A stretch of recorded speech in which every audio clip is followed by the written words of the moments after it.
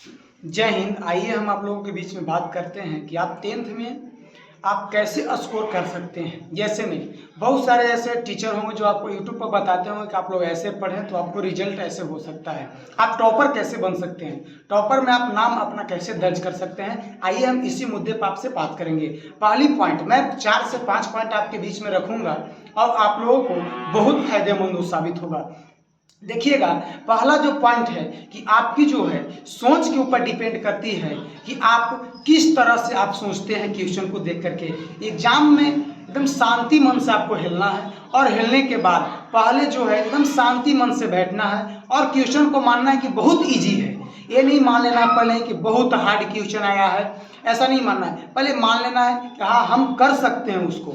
और दूसरा पॉइंट है जो आप लोगों को कि मन में मानने के बाद सभी प्रश्नों को एक बार आपको पढ़ लेना है।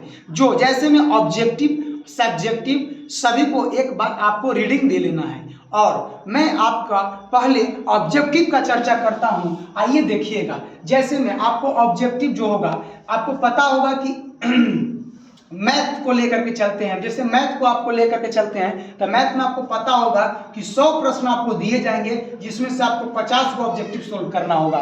तो आप सोल्व करेंगे कैसे? हम आपको आपके साथ हम अपना अनुभव 7 साल का शेयर करते हैं, क्योंकि हमने लगभग 7 साल से मैं ऑफलाइन सेंटर पढ़ा रहा हूं।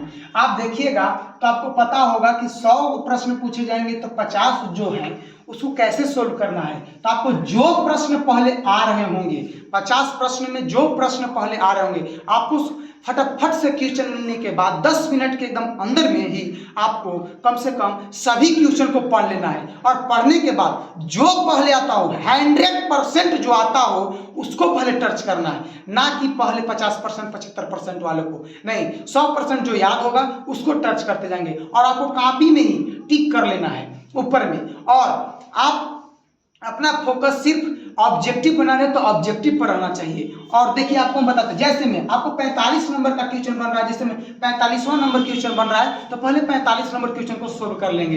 अगर मान के चलिए कि 40वां नंबर क्वेश्चन बन रहा है तो 40वां नंबर पहले सोल्व कर लेंगे। 10वां नंबर क्वेश्चन बन रहा है तो 10वां नंबर सोल्व कर लेंगे। ये तो हुआ ऑब्जेक्टिव का कि ऑब्जेक्टिव आप लोग कैसे कीजिएगा। अच्छा, दूसरा प्रश्न आता है आपको कि सब्जेक्टिव। ये सब्जेक्टिव सभी बच्चों को फंसता है कि भाई सब्जेक्टिव बनाए तो कैसे बनाए। तो देखिए, मैथ का रहे, सोशल साइंस का रहे, साइंस का रहे, चाहे वह किसी भी सब्जेक्ट का रहे, इंग्लिश का रहे, संस्कृत का रहे, आपको लगाना नियम यही है। आपको देखिएगा कि जितना नंबर आपको आने का चांस था उससे हम आपको विश्वास और आपको क्या कहा जाए, आपको हम पे विश्वास कीजिए। 7 साल का एक्सपीरियंस बता रहा है कि आपको नंबर कोई नहीं रोक सकता टॉपर बनने से। आपको सब्जेक्टिव करना कैसे है? जो पहले सब्जेक्टिव में आए, जैसे 2 नंबर का होता है, 2 नंबर का जो प्रश्न आएगा तो 2 नंबर का जो प्रश्न आएगा तो उसमें आपको चूज कर लेना है कि कौन कौन आसान प्रश्न है जिसका हम उत्तर दे सकते हैं, उसी को पहले टच करना है आपको।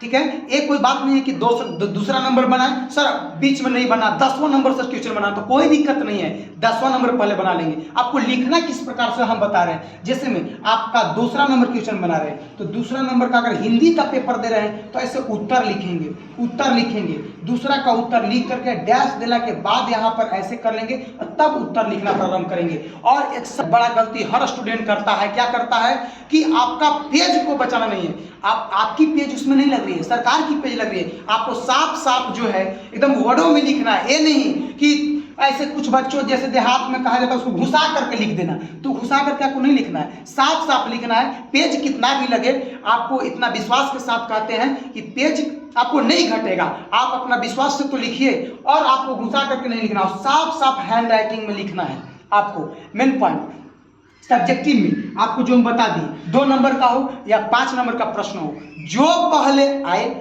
मेरा मेन मकसद है आपको बताना कि जो पहले आए उसको आप सोल्व करें।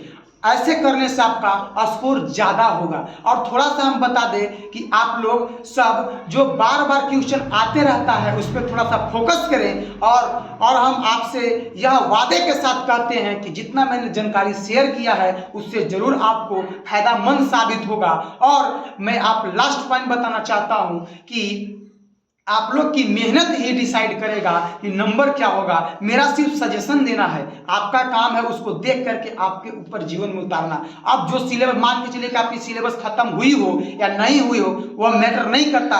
जो पढ़े हैं सब सब्जेक्ट को बराबर बराबर, आधा घंटा पढ़ रहे हैं मैथ तो आधे घंटा पढ़िए कुछ और एकदम वो पढ़ते रहें और सभी को लगातार टाइम दें। और इसी बात से हम अपने वाणी को विराम देते हैं। जय हिंद।